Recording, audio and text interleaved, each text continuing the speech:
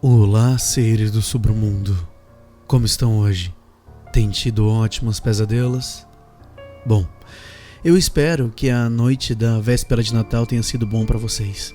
Eu espero que vocês tenham ganhado presentes. Espero que vocês tenham acordado com um bom dia hoje. Então, para fechar com chave de ouro esse Natal, eu deixei uma historinha bem interessante para vocês. Eu espero que vocês gostem. Eu sou o Bruno Lima e esse é o especial de Natal aqui do Submundo Terror.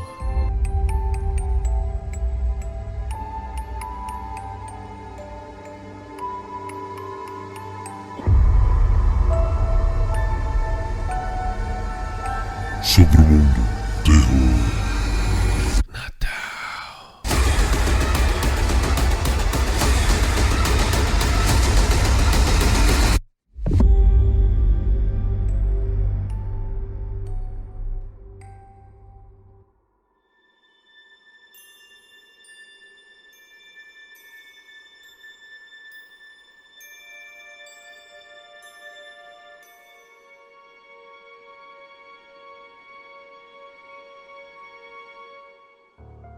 Morando em Manaus, nós nunca tivemos neve.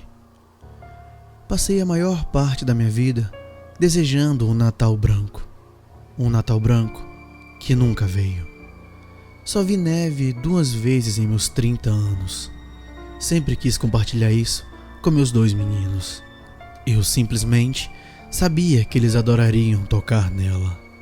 Agora, me encontro olhando pela janela para os montes de chuva gelada que cercaram minha casa, lamentando cada desejo que já fiz por um Natal coberto de neve. Quando penso nisso, realmente começou no verão. Nossos verões são sempre quentes e extremamente úmidos, mas naquele ano foi ainda mais insuportável. Vimos temperaturas de mais de 30 graus e todos que eu conhecia imploravam por um alívio. A onda de calor durou todo o caminho até a semana antes do Halloween. Então, de repente, um enorme furacão se espalhou na Argentina. O meteorologista de nossas notícias locais frequentemente se referia a isso como um monstro. Olhando para trás, eu acreditaria que era mais um demônio. Um demônio que trouxe o inferno com ele, mas muito diferente do que eu havia lido na Bíblia. A tempestade passou, deixando devastação por quilômetros ao redor. Afetou todos os estados do Sudeste, mas principalmente São Paulo. A ajuda foi enviada por várias empresas de serviços públicos, agências de ajuda do governo e até mesmo cidadãos comuns foram ajudar nos reparos. Com a chegada de novembro, sentimos as primeiras gotas em nossa cidade. Foi uma ocorrência estranha, mas não o suficiente para levantar qualquer sobrancelha. Quero dizer, quão ruins podem ser alguns dias de chuva, certo? O problema surgiu quando os dias se transformaram em semanas e as áreas baixas ficaram inundadas. Casas em cidades próximas foram destruídas em questão de horas, depois que as barragens quebraram. Minha esposa, Júlia, sempre agradeci a Deus por nossa casa estar situada em uma parte alta da cidade. Eu me peguei pensando a mesma coisa, mas Deus não tem nada a ver com o que aconteceu. Nenhum Deus em que eu pudesse acreditar, de forma alguma, tinha alguma coisa a ver com isso. Na segunda semana de novembro, a chuva finalmente diminuiu, e tenho certeza de que era algo pelo qual todos diriam que são gratos. O problema foi o frio que ela deixou para trás. Isso, por si só, não era estranho, mas a gravidade era. Vimos temperaturas perto do zero na semana seguinte, e isso era algo que nunca vimos em minha região. Minha esposa ficou radiante com a ideia dos meus filhos vendo neve no dia de Natal. A criança tola em mim sentia a mesma coisa. Os meninos finalmente verão neve, Bruno, Júlia gritava. Eu sei, mal posso esperar para ver o Rafael brincando nela, eu disse. Essas palavras ressoam na minha cabeça até hoje. Eu tenho que lutar contra as lágrimas quando penso em quão estúpido eu fui. Estávamos tão preocupados em arrumar a decoração e comprar presentes que nem percebíamos o que acontecia ao nosso redor. A neve realmente começou a cair na primeira semana de dezembro. Subiu vários centímetros no primeiro dia. Foi incrível ver no começo, mas quando continuou caindo, algumas pessoas ficaram preocupadas. Se você nunca esteve no norte, provavelmente não entenderia. Veja, não estamos preparados para esse tipo de clima. Tudo fechou, as pessoas ficaram em casa e raramente saíam dirigindo. Sei que parece ridículo para qualquer outra pessoa, mas foi exatamente o que aconteceu. A neve simplesmente continuou vindo. Minha esposa e eu tínhamos deixado os meninos brincar com a neve fresca no começo, mas quando ela ficou tão alta que eu mal conseguia andar livremente, decidimos que era melhor mantê-los dentro de casa. As lojas de ferragem começaram a trazer pás de neve para ajudar a limpar caminhos, algo que raramente se encontra em nossa cidade. Comprei um dos últimos da prateleira, enquanto as pessoas lutavam para controlar o invasor estrangeiro gelado. A situação parecia piorar à medida que pequenas rajadas se aproximavam de nevascas. Minha esposa ficou grudada nas notícias e nas transmissões meteorológicas. Parecia que os estados do sul quase haviam sido enterradas na pólvora gelada. O presidente havia declarado estado de emergência, falando para as pessoas do sul virem para a parte do norte do país. Foi quando finalmente comecei a ficar preocupado. Disseram a essas pessoas que viessem para o norte, mas nossa situação não era nada melhor. O meteorologista parou de tentar ser preciso. Suas previsões do fim da loucura nunca chegaram. As temperaturas continuaram a cair e não demorou muito para que a víssemos passar do zero para dígitos negativos. Era inédito no meu estado estar tão frio. As pessoas estavam ficando com medo. Os encanamentos começaram a explodir de canos congelados e as pessoas ficaram sem água até que pudessem descongelar. Nosso mundo se tornou um freezer em poucas semanas e nenhum de nós estava preparado para isso. Minha família se viu usando nossas roupas mais grossas, mesmo por dentro. Parecia que não importava o quão alto eu colocasse o termostato. Não era o suficiente. Deveríamos ter ido embora. No Natal, não tínhamos energia e as empresas de serviços públicos pararam de tentar atravessar as condições adversas para consertar as linhas interrompidas. As autoridades locais abandonaram os protocolos de emergência para se salvar. Começaram a ouvir rumores de que nossos vizinhos tentavam sair do norte para o nordeste. Júlia sugeriu o mesmo, mas eu a lembrei da destruição ainda deixada pelo furacão. Eu temia que ficaríamos pior sem abrigo. Então, tomei a decisão de me esconder em nossa casa. Limpei a lareira que tinha sido usada apenas para decoração e comecei a tarefa de acender o fogo. Se não fosse uma situação tão terrível, minha esposa teria se divertido em me ver tentando algo assim. Eu nunca tinha visto alguém usar uma lareira, muito menos acender uma. Depois de várias tentativas, fomos capazes de queimar a pouca madeira que havia perto de nossa casa. Minha família e eu nos amontoamos ao redor dele, como se fosse nos salvar do destino que esperava do lado de fora. A brancura envolveu nossa casa. Os montes haviam se erguido acima das janelas, quebrando até alguma delas. Fui forçado a reforçar cada uma para manter o frio longe. Selamos todas as rachaduras ou fendas que poderiam liberar o calor e tentamos permanecer juntos. Minha esposa envolveu nossos filhos em cobertores e os puxou para perto. Os meninos não entenderam e ficamos com medo de contar a eles a gravidade da situação. O medo que parava no rosto de minha esposa foi o suficiente para me impedir de arruinar o que poderia ser nosso último Natal.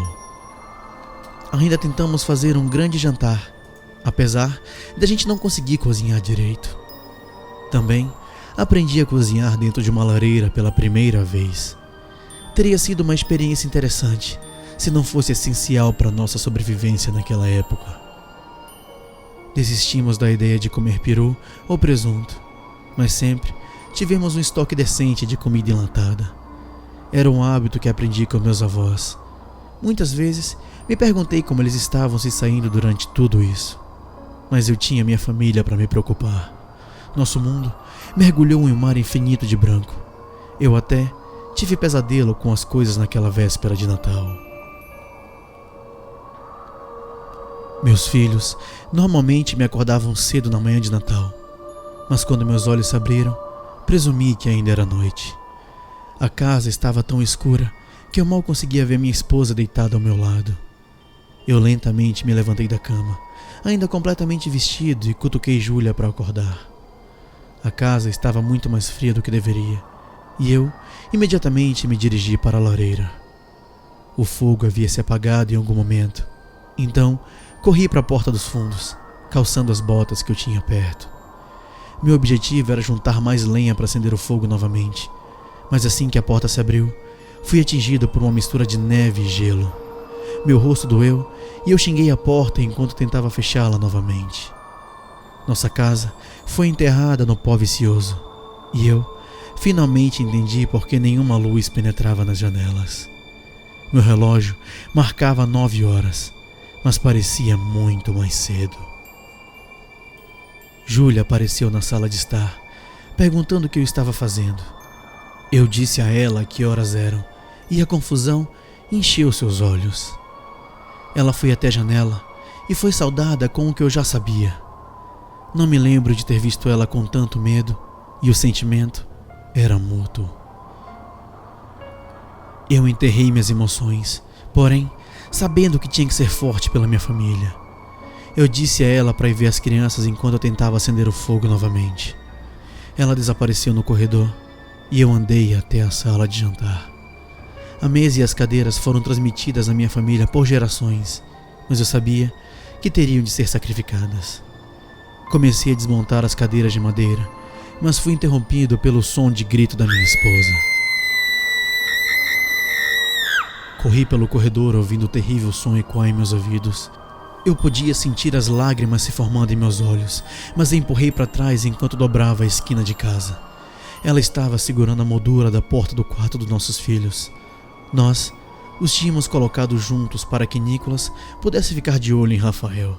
Eu podia ver esse corpo tremendo enquanto ela olhava para o quarto. Lágrimas rolaram por seu rosto quando me virei para ver o interior.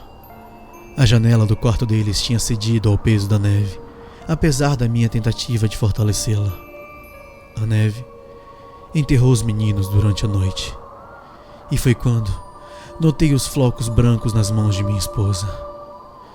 Júlia tinha tentado descobri-los, e eu podia ver a pele azul clara de seus rostos, amontoados na cama do Nicholas. Teria sido uma cena doce, se não fosse pelo tom da pele.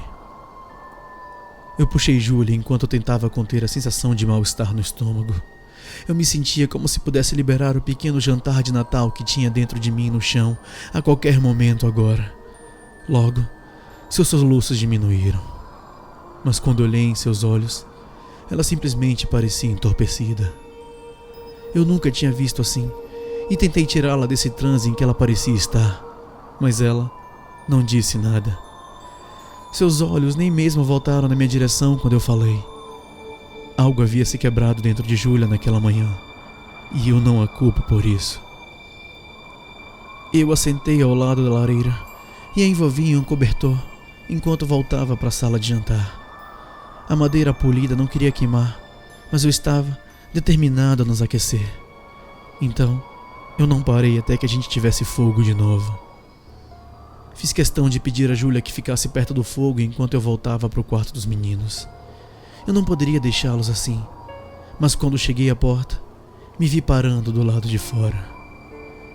Eu senti as manchas quentes e salgadas em minhas bochechas antes mesmo de vê-los. Eu lentamente entrei e coloquei as luvas em minhas mãos. Terminei de limpar a neve e percebi porque ele simplesmente não tinha vindo ao nosso quarto. A madeira que usei para selar a janela atingiu Nicholas, meu mais velho, primeiro. Isso deixou um corte perto de sua têmpora que teria deixado o homem adulto inconsciente. Eu só podia imaginar que seu corpo de 10 anos não durou muito depois. Rafael Obviamente acordou depois. Sua forma minúscula agarrou seu irmão mais velho como um cinho de pelúcia. Eu me amaldiçoei internamente por não colocá-los na cama conosco naquela noite, mas eu sabia que era tarde demais para esse tipo de pensamento. Dei uma última olhada em seu minúsculo quarto, um lugar que antes contava com tanta alegria. Eu imaginei os dois brincando e às vezes brigando. Meus lábios tentaram se curvar para cima, mas não conseguiram. Meus olhos caíram para o chão quando me virei e fechei a porta. Não voltei àquele quarto desde então e duvido que eu algum dia retorne. Acabei de voltar para a sala na esperança de confortar Júlia. Mas quando cheguei lá, o cobertor era tudo que restava perto do fogo. Uma busca rápida na casa revelou que a porta dos fundos foi aberta e um túnel se formou na parede gelada do outro lado, deixando o chão coberto de neve. Tentei seguir os passos de Júlia, mas eventualmente eles desapareceram atrás de uma parede sólida daquele branco amaldiçoado. Eu só podia imaginá-la cavando freneticamente através dele, e o som que estava acima descendo sobre seu corpo. Eu tentei cavar sozinho em busca de seu corpo, mas a camada que permaneceu estava totalmente congelada. Era como cravar minhas mãos no cimento, e eu sabia que Júlia não poderia ter sobrevivido, mesmo que minha mente não quisesse acreditar na hora. De qualquer forma, me peguei mexendo nele com ferramentas, sentindo como se não tivesse mais nada para fazer. Não sei o quanto chorei enquanto trabalhava naquela tarefa inútil, mas sei que começou a congelar nas minhas bochechas. Não parei até que meus braços não pudessem se levantar novamente, e foi então que me sentei entre a neve e olhei para que meu mundo havia se tornado. Eu perdi a noção de quanto tempo fiquei ali sentado ou quando decidi voltar para o fogo. Lembro-me de quando comecei a queimar os presentes de Natal e como aquela escolha tinha sido difícil. Abri cada um lentamente e saboreei a ideia das crianças brincando com ele pela primeira vez. Eu podia até ver Júlia parada na frente deles com sua câmera na mão. Ela estaria dando seu maior sorriso e tirando sarro para salvar cada memória. Ela adorava tirar fotos, mas o que eu tinha que fazer não precisava ser capturado em nenhum tipo de filme. Comecei a sentir a dormência naquela noite, a mesma dormência que dominou Júlia naquele dia. Eu estava tão frio quanto a neve que me rodeava, e tudo que eu conseguia pensar é que aquilo tudo era minha culpa.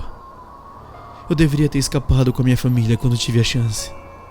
Não sei se era orgulho, ignorância ou as duas coisas, mas a culpa era demais. Comecei a escrever na esperança de que alguém o lesse. Não sei o que aconteceu com o resto do mundo, apenas o que aconteceu comigo. Não sei quanto tempo posso sobreviver aqui. Minha comida está acabando e estou sem coisas para queimar. Não posso nem dizer com certeza quanto tempo estou aqui desde que meu relógio parou de girar e ainda não consigo ver o sol. Eu acho que vou tentar sair amanhã. E se você encontrar isso, saiba que eu simplesmente não desisti. Eu só queria ter feito isso antes. Sinto muito, Júlia, Nicolas e Rafael. Vocês mereciam mais do que isso. Eu espero que vocês possam me perdoar. Eu só espero que vocês tenham um Feliz Natal. E lembrem de que tudo que eu fiz foi por vocês. Eu amo vocês. Atenciosamente, Bruno Lima.